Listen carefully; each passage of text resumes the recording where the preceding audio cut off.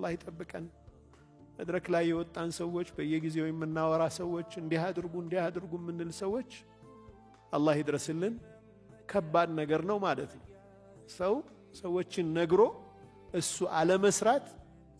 يا أيها الذين آمنوا لما تقولون ما لا تفعلون كبر مقتا عند الله أن تقولوا ما لا تفعلون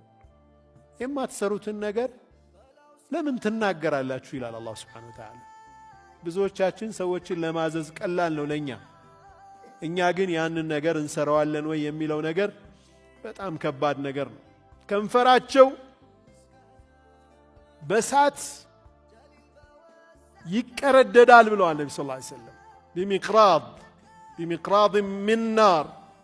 እነማ ናቸው እነዚህ አፋቸው እንዲህ የሚተለተለው በየጠየቁት ጅብሪልን خطباء أمتك الذين يقولون ما لا يفعلون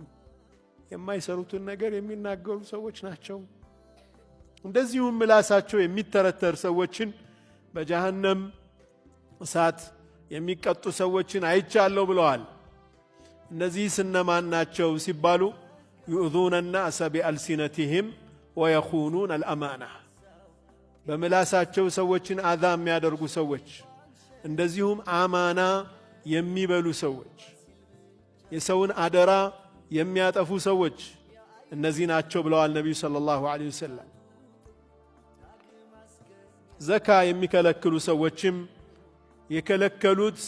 ንብረታቸው በእነሱ ላይ እንደሚረጋግጣቸው ከብቶችም ከሆኑ ግመሎችም ከሆኑ የከለከሏቸው ንብረቶች እነርሱን እንደሚረጋግጧቸው